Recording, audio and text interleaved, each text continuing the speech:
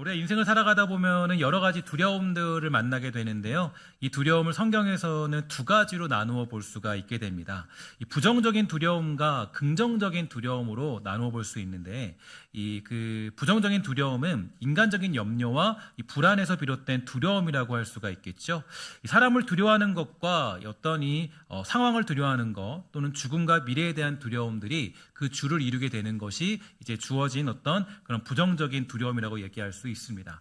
반면에 긍정적인 두려움도 있는데요. 이 긍정적인 두려움은 이제 하나님을 두려워하는 것이기 때문에 세상의 염려와 근심 아니면 사람으로 인하여 찾아오는 이 두려움들과 멀어질 수가 있게 되는 거겠죠.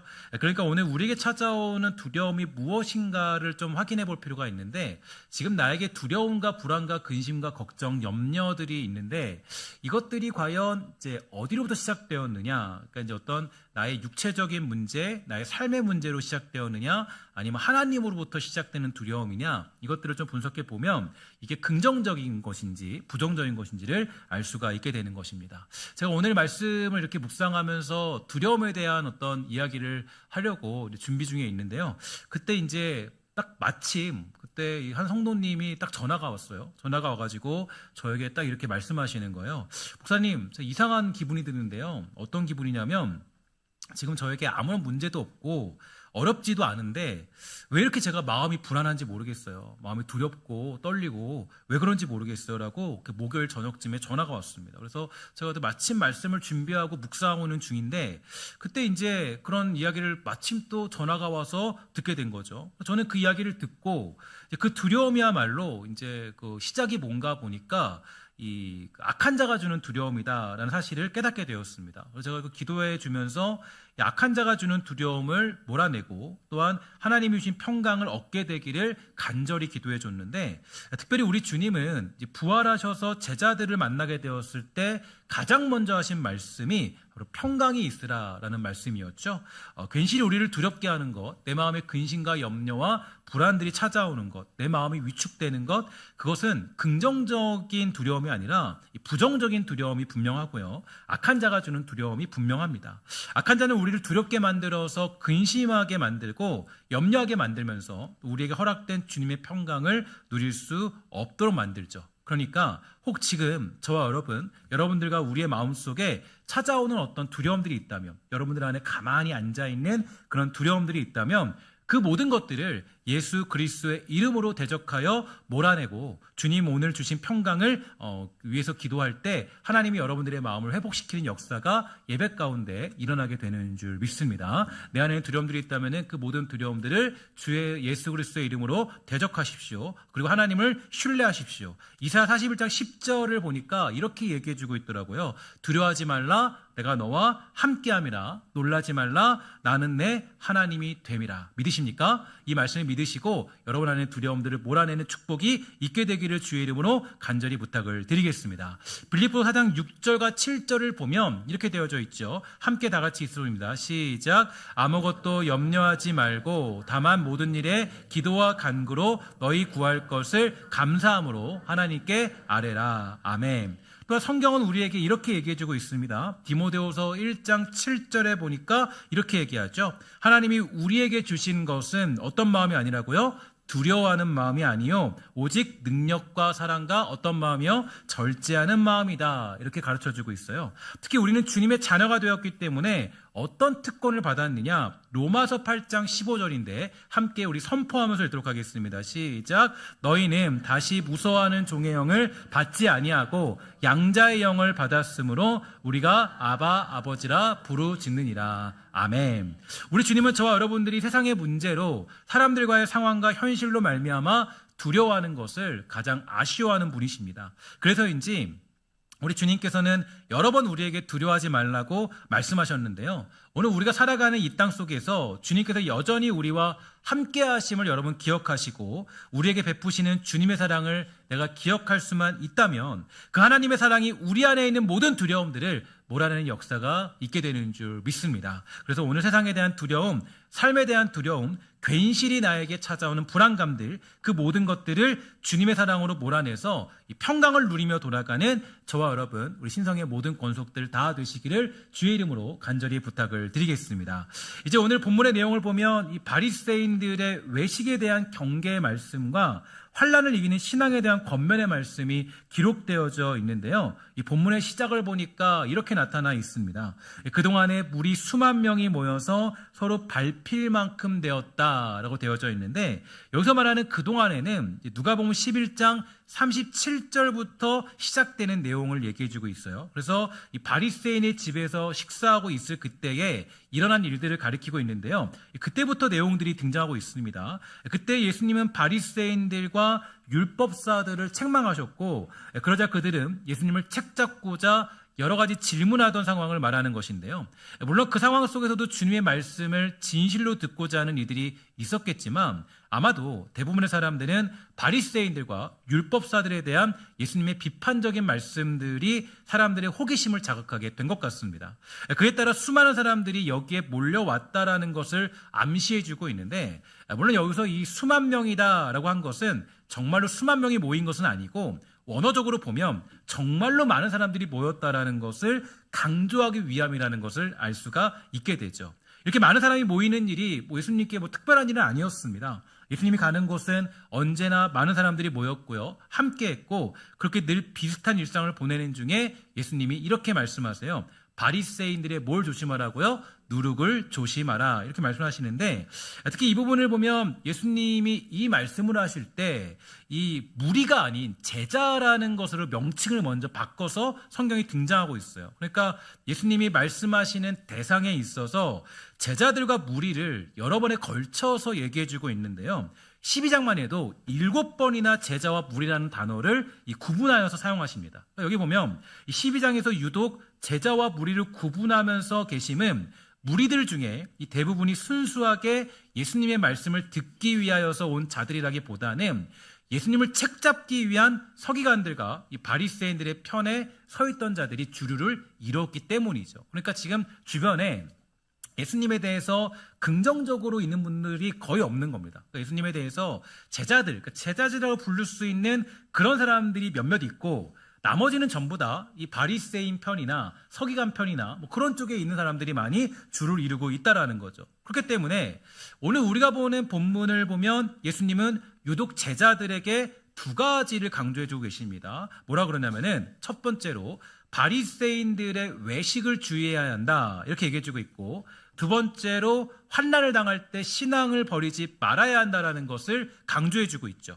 먼저 예수님은 바리새인들의 누룩을 조심하라, 이렇게 말씀해 줬습니다. 그 누룩이 의미하는 건 무엇보다도 그들의 부패성이 강조되고 있는데요.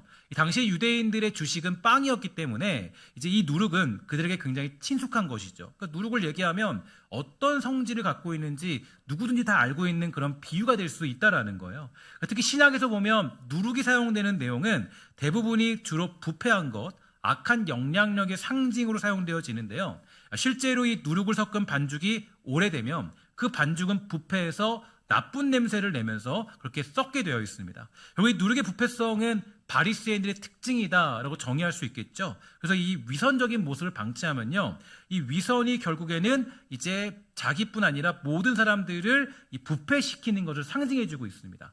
특별히 누룩은 어떤 특징이 있냐면 전염성이 있어요. 그러니까 나만 부패하는 게 아니라 이 누룩을 갖고 있으면은 누룩에 있는 주변의 것들이 전부 다 이 부패하는 거 아니겠습니까?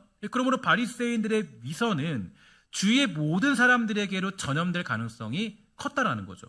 그리고 누룩은 겉으로는 쉽게 구별되지는 않지만 이 열을 가하면 결국 드러나게 되는 속성을 가지고 있습니다. 그러니까 어떤 이 위선이 아무리 감춘다 할지라도 드러날 수밖에 없는 거죠. 쉽게 표현해서 여러분, 화장을 하고 나면 화장을 하고 화장을 지웁니까, 안 지웁니까? 지우시죠, 그죠? 지우면 원래 얼굴이 드러나잖아요, 그죠? 본색이 드러나잖아요, 그죠? 근데 본색을 본 사람은 거의 없습니다. 거의 없는데 어쨌든 본색을 이제 더 보게 되는, 그러니까 똑같은 거예요. 그러니까 위선이라는 것도 결국에는 드러나게 돼 있다. 위선은 결국 드러나게 돼 있고, 예수를 믿을 때 또 너가 복음으로 살아갈 때 위선적인 신앙은 결국에는 어떤 순간에 딱 드러나게 돼 있다라는 거예요. 그러니까 이제 여기에 대해서 2절을 보니까 예수님이 정확하게 표현했습니다. 뭐라 그러죠? 감추인 것이 드러나지 않을 것이 없고 숨긴 것이 가려지지 않을 것이 없나니, 이렇게 얘기해 주고 있습니다. 그러니까 딱 드러나는 거예요. 화장하는 거는 다 드러나죠. 제가 오늘 요즘에 이제 화장을 좀 이렇게 살짝 하잖아요. 그런데 지나가는 분 어떤 분이 그러더라고요. 목사님 화장하셨나요? 물어보더라고요. 제 얼굴을 보면서. 근데 제가 화장을 한 게 좀 이렇게 티가 나고 좀 이렇게 좀 나나 봐요, 요즘에는요. 그러니까 화장을 한 건 다 티가 나요. 티가 나고 또 이게 다 이렇게 결국엔 드러나게 돼 있어요. 내 어떤 이 본 모습이 드러나게 돼 있고 이게 화장이다라는 거는요, 정확하게 알게 되죠. 그러므로 예수님은 그런 외식을 조심하라고 제자들에게 말씀하고 계십니다. 특히 외식이라는 것은 복음의 정신을 훼손하기에 굉장히 강력한 힘을 가지고 있어요. 그러니까 왜 예수님이 이 수많은 무리들 중에서 제자들에게 말씀하시기를 너희를 외식을 주의해라 라고 얘기한 것은 외식이라는 것이 결국에는 이 복음의 정신을 훼손하는 데 굉장히 큰 힘을 가지고 있기 때문입니다. 그래서 외식은 이제 좀 분석해 보면 하나님의 은혜를 부인하게 만들고요. 외식은 구원을 자기 힘과 능력으로 이룰 수 있다라고 믿게 만드는 것입니다. 또한 외식은 자신을 아름답게 포장하기 때문에 사단의 모습과 굉장히 닮아 있는 거예요. 그런데 문제는 우리들도 이러한 위선에 빠지기 쉽다는 것입니다. 그러니까 교회에 다니면서 얼마나 우리가 그럴싸하게 다니고자 할 때가 많이 있습니까? 괜찮게 보이고 또 그렇게 그럴싸하게 뭐 내가 정말 예수님의 사람답게 뭐 이렇게 뭐 보이는 경우가 많이 있어요. 겉으로 보면은 예수님 당시에 바리새인들처럼 그렇게 경건해 보이는 사람들도 없을 것입니다. 그들은 율법을 철저히 준수하였고 기도와 금식과 11조 등에 열심이었어요. 하지만 문제는 그들의 내면이 교만했고요. 허영과 탐욕으로 가득 차 있었다라는 거죠. 저와 여러분도 마찬가지예요. 우리는 예수님께서 오늘 하신 이 말씀을 좀 귀담아 들을 필요가 있습니다. 마음을 열고 제자들에게 하시는 이 말씀을 가지고 나 자신을 살펴보고 점검해 볼 필요가 있어요. 이 말씀을 보면서 여러분 누가 떠오르면 안 됩니다. 저기 김 집사가 이 집사가 떠오르면 안 돼요. 저 사람이 막 그러면 안 됩니다. 그게 아니라 이 말씀을 통해서 누굴 봐야 돼요? 나를 봐야 돼요. 내가 지금 혹시 외식은 없는가? 예수 믿는데 내가 외식하고 있지는 않는가? 위선적이지는 않은가? 가식적이지는 않은가? 예수 믿는 척하고 살고 있지는 않은가? 한국교회의 가장 큰 문제가 뭡니까? 신앙과 삶의 불일치 아니겠어요? 삶이 없는 믿음, 삶을 변화하지 않는 믿음. 신앙은 있지만 삶이 없는 모습, 삶에서는 전혀 예수로 살아가지 않는 그 현실들. 우리 예수님이 우리에게 요구하시는 것이 무엇인가 생각해 볼 필요가 있다라는 것입니다. 특히 우리를 향한 하나님의 관심은요, 성공이 아니라 성숙에 있습니다. 주님은 우리가 이 땅에서 대단한 성과를 이루도록 하시기 위해서 우리를 부르지 않으셨어요. 주님이 우리를 부르신 이유는 저와 여러분들이 하나님의 자녀답게 살아가도록 하기 위해서 우리를 부르신 것이지 우리가 성공하고 잘 먹고 잘 살고 그냥 괜찮은 삶 살도록 하기 위해서 부르신 것이 아닌 것입니다. 그렇기 때문에 우리가 만나는 삶을 성경은 이렇게 표현해주고 있어요. 고린도후서 4장 10절부터 12절에 보면 이렇게 말해주고 있습니다. 우리가 항상 예수의 죽음을 몸에 짊어지면 예수의 생명이 또한 우리 몸에 나타나게 하려 함이라. 우리 살아있는 자가 항상 예수를 위하여 죽음에 넘겨짐은 예수의 생명이 또한 우리 죽을 육체에 나타나게 하려 함이라. 그런즉 사망은 우리 안에서 역사하고 생명은 너희 안에서 역사하느니라. 아멘. 주님은 우리를 죽음 가운데 살게 하셨습니다. 이게 되게 조금 마음이 좀 어려운 게 하필이면 왜 우리를 죽음 가운데 살게 하셨는가? 왜 우리의 몸 가운데 좀 행복하면 좋겠는데 그냥 즐거우면 좋겠는데 성공 딱딱딱 하면 좋겠는데 왜 우리를 죽음 가운데 살게 하셨다라고 표현하고 있을까? 예수를 믿고 구원받은 우리가 흥하는 자리가 아닌 망하는 자리를 걷게 하시는 이유가 과연 어디 있을까요? 왜 하나님은 우리를 그런 자리로 보내시는 걸까요?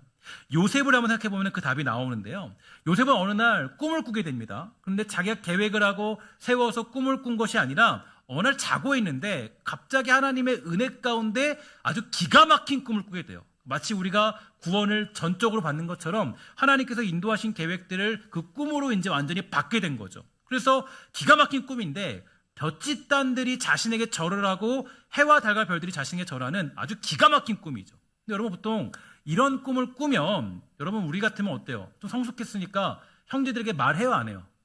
말 안 하죠? 여러분 땅 사면 친구들에게 말해요, 안 해요? 안 하죠, 그죠? 여러분 좋은 거 생기면 말 안 하죠? 왜냐하면 시기할까봐, 질투할까봐, 그죠? 여러 가지 상황들이 있으니까 배려하는 차원에서. 근데 요셉은 정신이 없는 애예요. 그래서 정신이 없으니까 뭐 하냐면 그냥 그 받은 꿈을 형제들에게 가가지고 다 얘기하는 겁니다. 야, 내가 꿈을 꿨는데요, 형. 그 꿈이 어떤 꿈인지 모르겠어요. 근데 보니까 딱 예시가 그래. 예시가 딱 형제들이 다 절을 하고 자기 혼자 막 성장하는 거야. 그러니까 요셉이 그 말하는 게 되게 철이 없는 거예요.